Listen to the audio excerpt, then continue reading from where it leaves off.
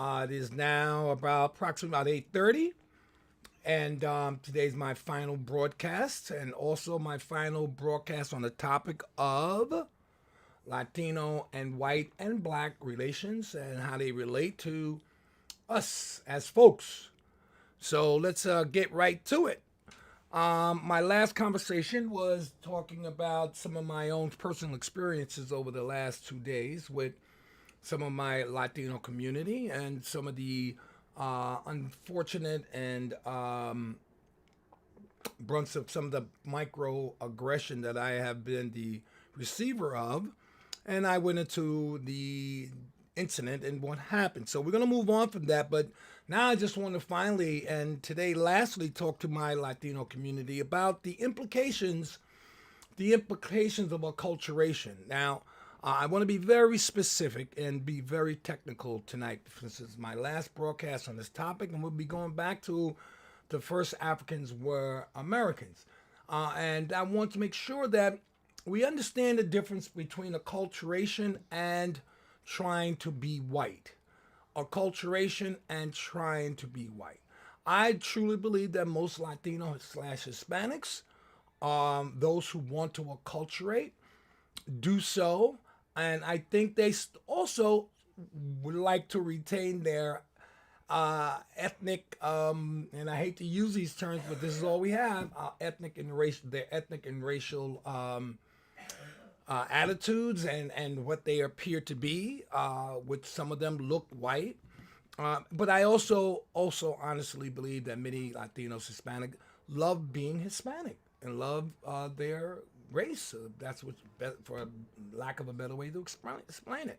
I'd rather say race and ethnicity because I think you're more than a ethnicity. All right. So with that said, let's talk about the consequences of. Okay, so you want to acculturate. You don't want to be white, but you want to acculturate. And unfortunately, when you try to acculturate folks, you also have to take on the values of the dominant culture. So let's talk about what acculturation is. When you acculturate, you are trying to become a part of the dominant culture, the dominant folks in that culture, at the expense of leaving your own. All right, and that means you adopt the values, the customs, and some of the attitudes, which you have to, because when you decide to acculturate like white folks, who many of them have attitudes of superiority to you and me, you have to also adopt those attitudes as well, whether you want to or not. And evidence in that is those who voted extremely for the new king.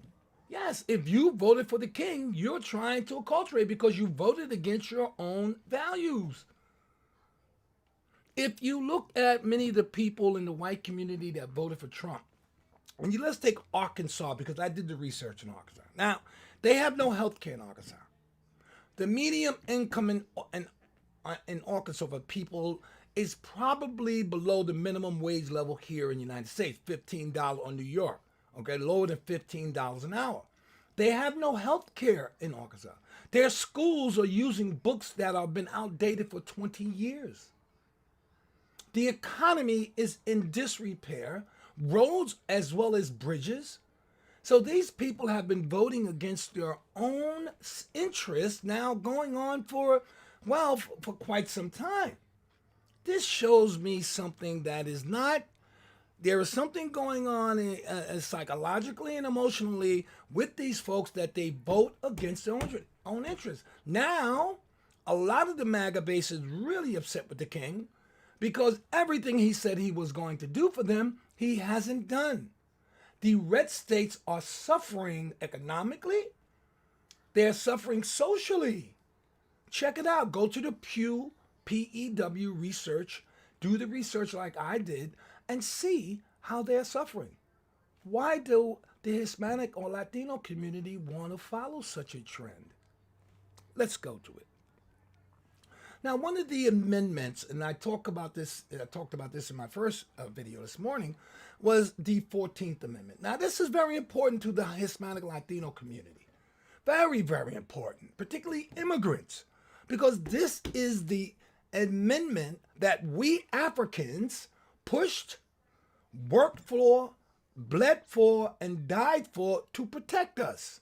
Yes, this is one of the Civil Rights Amendments. Most immigrants could not be in this country without the protection of this amendment. Moreover, many of their ancestors would not have been able to enter the country without the protection of this amendment.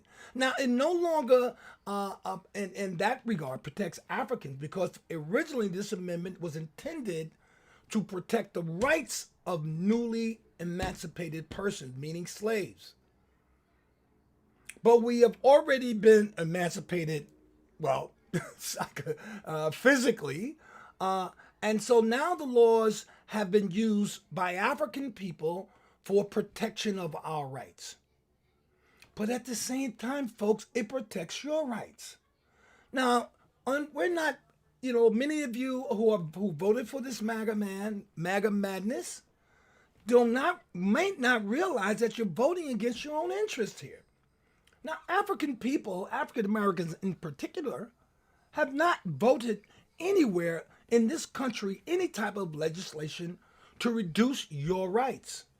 No, we have advocated for your rights just like some of you advocate for ours.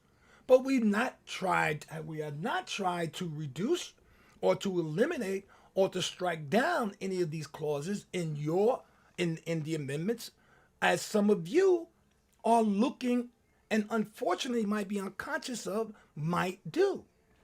Let's talk about why.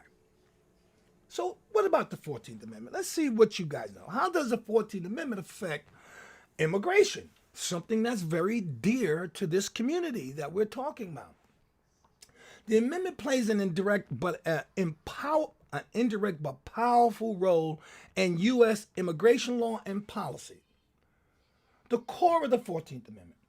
In 1868, the 14th Amendment was ratified and was originally intended, as I said before, to protect the rights of newly emancipated slaves right after the Civil War. All persons, and this is it, and this is what this section says, all persons born or naturalized in the United States and subject to the jurisdiction thereof are citizens of the United States. That single clause, called the Citizenship Clause, has enormous implications for immigrations and immigrants. Here's where it gets really, really tricky. Because this particular part of that clause, President Bush has promised to strike it down. He's already prepped the Supreme Court to be prepared to receive his legislation or his attempt to strike this down. Listen to what it is so you'll understand when you're voting against your own interests. The birthright, citizenship. The 14th Amendment guarantees birthright citizenship, meaning anyone born on the United States soil, with the exception of children of foreign diplomats or enemy occupiers. Anyone born on U.S. soil is automatically a U.S. citizen. Listen to what he says. Citizen. This includes children born to immigrant parents. That could be you. Even if the parents are undocumented or not citizens. So if your parents are not citizens, you're born, you automatically get this right. But remember in the back of your mind, this is the president or the king's next target. Listen to his speeches. He's saying it almost every day. This principle is confirmed in United States versus Wong Kim, Arkansas, when the Supreme Court ruled that a child born in the U.S. to Chinese immigrants was indeed a U.S. citizen. What's the effect of this? The 14th Amendment prevents Congress or states, meaning not just the federal government and Congress, but each state that you live in, from denying citizenship to people born in the United States because of their parents' immigration status. So your parents might be undocumented, but if you are here and born here, you automatically become a citizen. Equal protection and due process for immigrants. The 14th Amendment also says no state, meaning so New York, California, Arkansas, Kentucky, any of these states cannot deny you to deny any person within its jurisdiction, meaning the United States, the equal protection law stands. But notice that this thing says person, not citizen. Person, not citizen. This means immigrants, even undocumented ones, have certain constitutional protections, especially regarding due process and fair treatment under law, even if you're just a person. You don't have to be a citizen. So persons who are coming here undocumented, persons, are still protected. The courts have used this to strike down laws that discriminate unfairly against non-citizens in areas like education, employment, and welfare. So the Supreme Court, in its wisdom, said that if you are here and your parents were undocumented and you came here, you are still protected. Even your undocumented parents are protected from things like education. So you can still go to a public school and you cannot be singled out or expelled because of who you are. Education, employment, you can still get a job, undocumented or not, and you can receive welfare or, better said, public assistance. The Supreme Court also ruled that states like New York, cannot deny public education based on immigration status. So if you are undocumented or documented, you can still receive education. You cannot be kicked out by the state. And that falls under equal protection. Remember, all of this is under the 14th Amendment. Equal protection. And they went one further in the Supreme Court. They limited the states. States can make their own citizenship laws or deny rights, or I should say states can't. Let me say that again. I'm reading a little too fast. States can't make their own citizenship laws or deny rights guaranteed under the 14th Amendment. So New York can't arbitrarily say, you can't go to school here, you can't receive public assistance. They can't, because the federal government protects you. This ensures immigration and naturalization remain federal matters, not by state decisions. All right. Now, why would people vote against their own interests? Even these Europeans and these red states, why? But I'm not concerned with them because they're not concerned with us, family. Our Black and Latino family, listen, they're not concerned with us. But the president is. All right. So let's go to why this community, talking about my Latino community who voted extremely well for the president, which leads me to believe there was some sense of acculturation that wanted to go on there, or something that's very pernicious, something I call self-hate. Yes, self-hate. Just like those African Americans who voted for this man. This is the clearest example of self-hate. What is self-hate? Self-hate, or as some psychologists look at it, internalized oppression, means when a person or group unconsciously or consciously adopts negative beliefs about themselves that come from outside prejudice or historical injustice. So you're an African American or Hispanic, you are Latino, you have been oppressed in certain ways that might be unconscious to you. Let's talk about first where we live. We live mostly in poor neighborhoods. We go to schools that are pretty much poor as well. We are treated by the dominant society very poorly. And these types of things can build up what we call self-hate. Because what you do with that kind of stuff, unconsciously you internalize it. No, you don't think consciously every day that, yes, I'm not liking myself, I'm not. But when you see everything on the commercials, in the TV, in the streets, in the stores that seem to work against you: housing, employment, education. You have to begin to think to yourself very unconsciously that you're not well liked. This is called internal oppression. Means when a person or a group begins to adopt negative beliefs about themselves that come from outside prejudice or historical injustice. Many African Americans have the same type of self-hate as it relates to their history. Yes, Black Americans, on the most part, and this is evidenced by how many of them don't look at their history, suffer from the same thing that my Latino community suffers from: a sense of self-hate because of the oppression that you have faced for over 300 years. It's easy, very unconsciously, for this to happen. You might not see it on top, but it does. Self-hate happens when people start to believe negative stereotypes or judgment that society has placed on them. This is not your fault. You know, if you went to Freud or psychology, he'll tell you, well, because your mother and your dad were both drug users or something like that, you were a drug user, and that's the reason why. That is a lie. That is actually a distortion of Freudian therapy.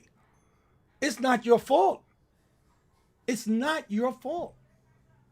When someone constantly tells you these things, the normal behavior of the mind and the emotions is to begin to question or accept them.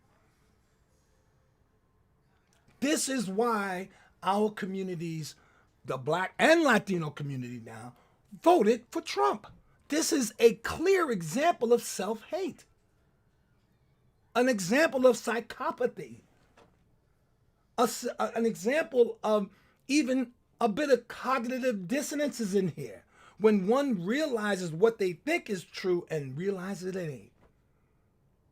Think about all the Hispanics that are suffering right now because they voted for this man. They might have pushed him over and what he promised you and what he's not giving you, and you voted for him. Yes, that is self-hate. After centuries of slavery and segregation and colonialism, now you guys suffered from colonialism as well as African Americans and African people. Segregation, you suffer from it too in your own countries. Because don't forget, this country has gone to your countries and done things to destabilize them economically. That is why you come here looking for opportunity. Where else? What else would you do? Like any other human. So your countries are already disabled. If your countries were doing so well, you would have stayed there, but they're not. So we call that the push-pull of migration. Something pulled you here, but something also pushed you here.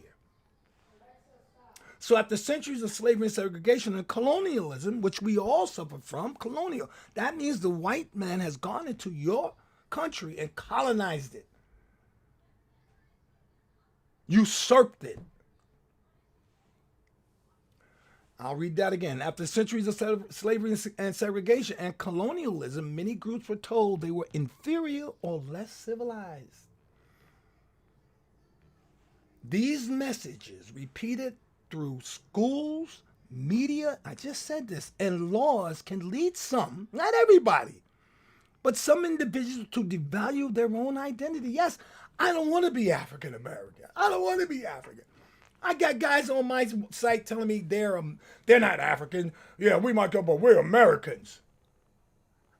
They have no scholarship or evidence to support this, but they've taken this on because it sounds great to do when you're being oppressed by the dominant society to find somewhere else.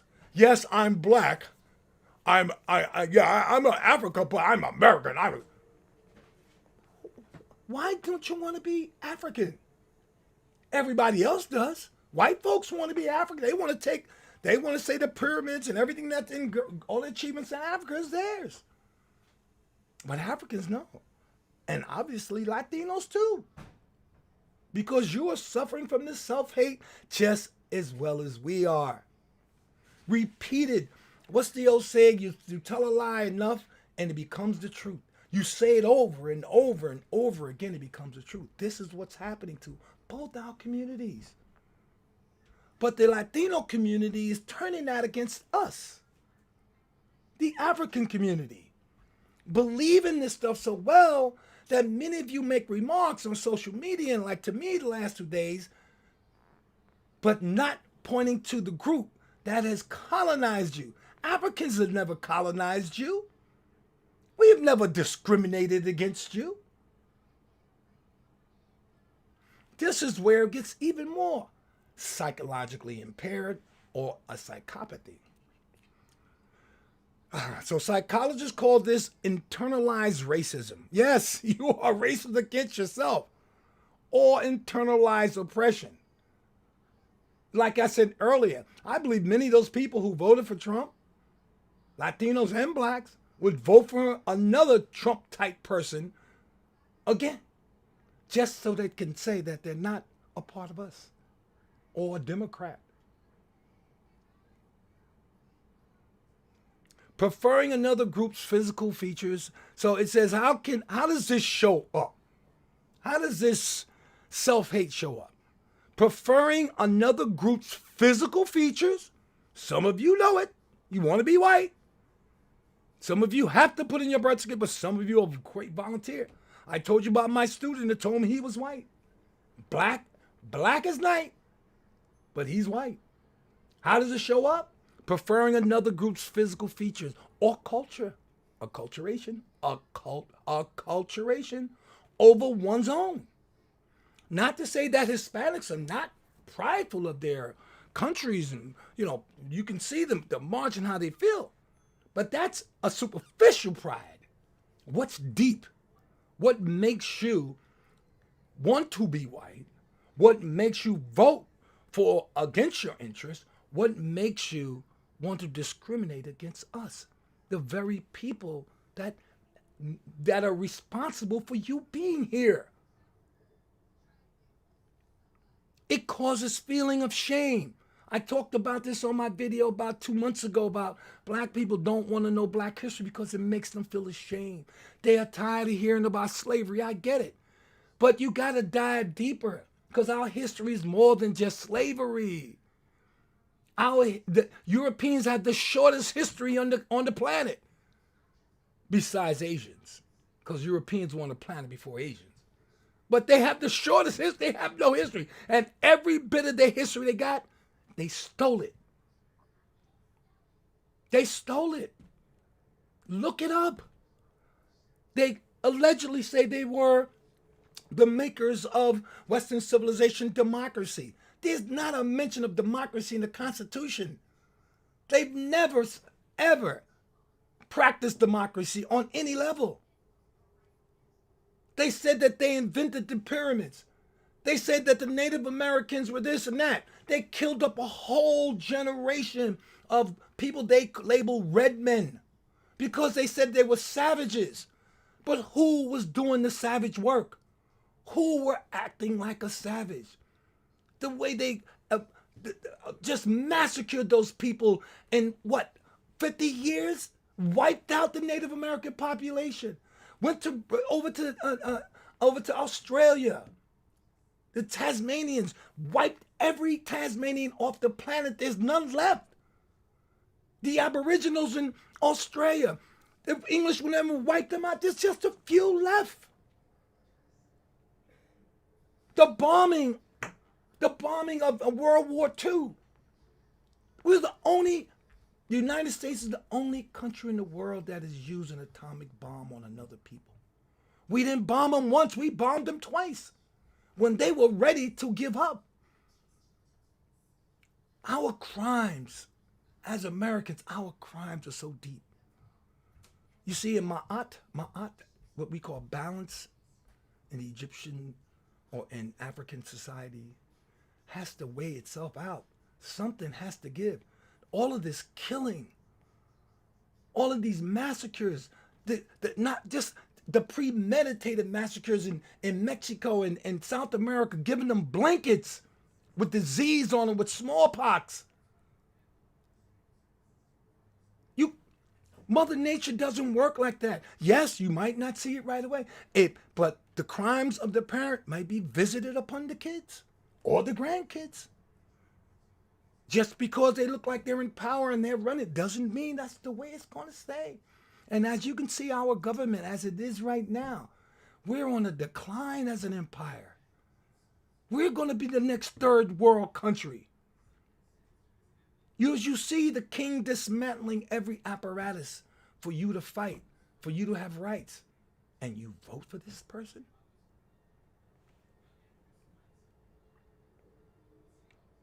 Believing one's own people are incapable or less intelligent. This is all a part of self-hate. Why can't you do it? I had an Arab person, Arab descent, asked me one day, well, why can't the black people move up like us? What? How do you think you got in my neighborhood in that store? Why don't any African Americans have stores in these neighborhoods? Well, go ask an African American like my dad, what he had to do to get a store open in his own neighborhood. They won't let us do it.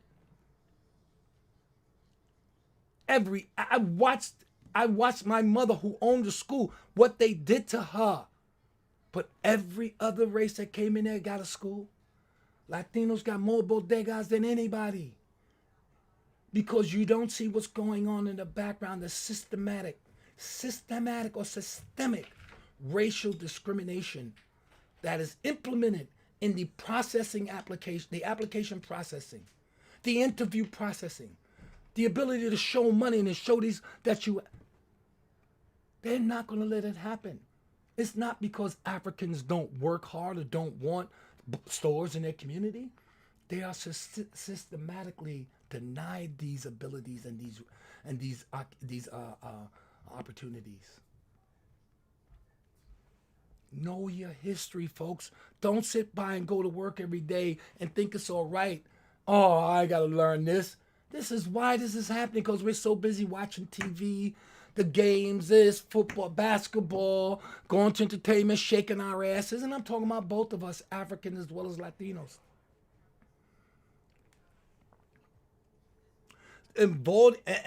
Avoiding cultural traditions to fit in.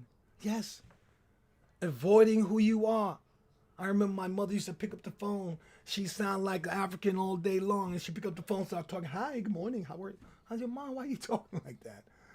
Because she was trying to get the benefit of having a voice and sounding white so she can get what she needed from the person on the other side of the phone.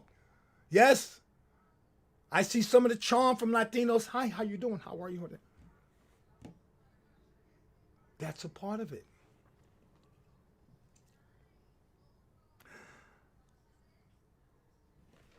So how do we get out of this mess? First, we have to start loving each other, Black and Latino people. Forget about the blame. Everything I said is true, but it still sounds like blame. And I want you to know Professor Hicks is not blaming you, but I want you to take responsibility. Take responsibility for what you say in your community amongst your people who only speak the language that you speak. When there's an African American walking by, you make a reference to them. The names that you use for us. We are in this shit together. It ain't gonna end unless we do this together. Healing and overcoming self-hate. The opposite of self-hate is knowledge. Yes. I read this morning in the Atlantic that the American illiteracy rate is higher than it's ever been in 25 years. Do you know what that means? A whole generation of illiterate folks. And that's our kids. Reading, literacy, knowledge. You can't just look at the tube and your phones. You gotta buy a book on your history. Read about your history. The opposite of self-hate is self-knowledge and cultural pride. You have pride in your culture, but what about your culture before Christianity and Catholicism? What about your culture before the Europeans colonized you and imposed their religious and their cultural values? What did you do then? Learning true history, understanding your people's scientific, cultural, and spiritual contributions to the world. Yes, you'll find that the Europeans stole your stuff. That's why so many Latinos embrace Santeria and Voodoo. This was yours. They took tenets of that and created something they call Christianity and Catholicism. Yes, because when you do the travel and you go like I did and you see the same things that in Egypt that have been corrupt or co-opted by Christianity when Christianity wasn't even around 4,000 years ago. And they're using the 10, what they call the 42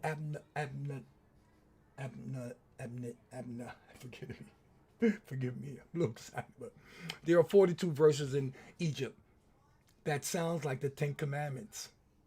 And one day when I go back to Egypt and I can get this out, I'll get it to you. Yes, they stole what we had and turned it into what they want to control you and us. And I said, understanding our people's scientific cultural contributions, reclaiming your heritage through language and music or tradition. What was your language before it was Spanish? What language did you speak? That's not your language. It's a borrowed, imposed language. Surrounding yourself with affirming images in your community. How many of you, if you're Puerto Rican, know who Albizu Campo is? Who is Albizu Campo? Albuzi, Campos. Education and dialogue, questioning the roots of stereotypes. Understand, go home and say, why am I thinking about these people like this when these people help me? Personal healing we need. Nothing is wrong with therapy. Meditation in your house, spiritual practice. Pick up your own your old traditional spiritual practices and rebuild your self-worth. This is what we must do, folks.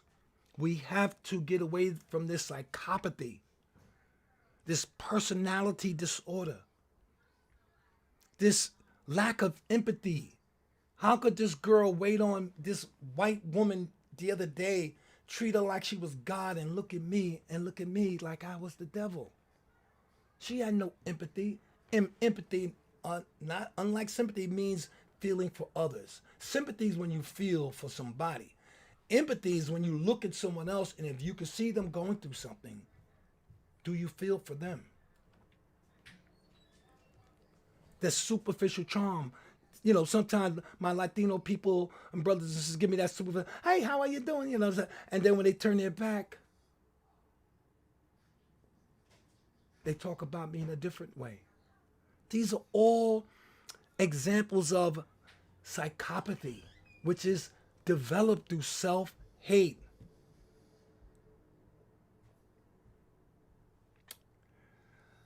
Folks, I'm tired, and I've been on this topic for 3 days now, and I'm sick and tired of it because I love all people. I love my people first.